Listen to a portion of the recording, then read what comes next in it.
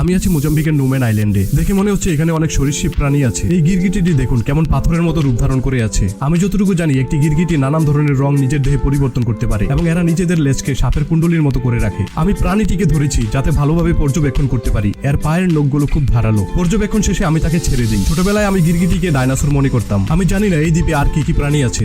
আমাদের খুব সতর্ক থাকা দরকার, কারণ দ্বীপটি জনমানব শূন্য। এদিকে আমার ফিমেল টিমমেট টুনা বলে ওঠে আমার পানির তৃষ্ণা পেয়েছে, তাই আমরা বিশুদ্ধ পানির অনুসন্ধানে লেগে পড়ি। সামনের গাছটি আমার পরিচিত, আমি নিশ্চিত এই গাছে পানি পাওয়া যাবে। এটি মাদাগাস্কারের বিখ্যাত বাওবেব গাছ। বলা হয় শুষ্ক মৌসুম এলে এই গাছ নিচের মধ্যে অনেক পানি সঞ্চয় করে রাখতে পারে। মাস্টার হান গাছটি খোদাই করে পরীক্ষা করে দেখছে কোন অংশে পানি আছে, কিন্তু সে ব্যর্থ হয়। সে বলে কোনো পানি তো বের হচ্ছে না। এদিকে টুনা বলে ওঠে উপরে দেখো, গাছটিতে অনেক ফল ঝুলছে। হ্যাঁ সত্যি, গাছটিতে অনেক ফল দেখা যাচ্ছে। মাস্টার হান টুনাকে বলে একটু অপেক্ষা করো, চিন্তিত হয় না, আমি উপরে উঠে ফল নিয়ে আসছি। আমি ডকুমেন্টারিতে অনেকবার দেখেছি এই গাছ পানি সঞ্চয় করে রাখতে জানে, কিন্তু আমরা এই গাছ থেকে কি করে পানি বের করতে হয় সেটা জানি না। টিমমেট টুনা বলে ওঠে আমাদের অবশ্যই পানির ব্যবস্থা করতে হবে।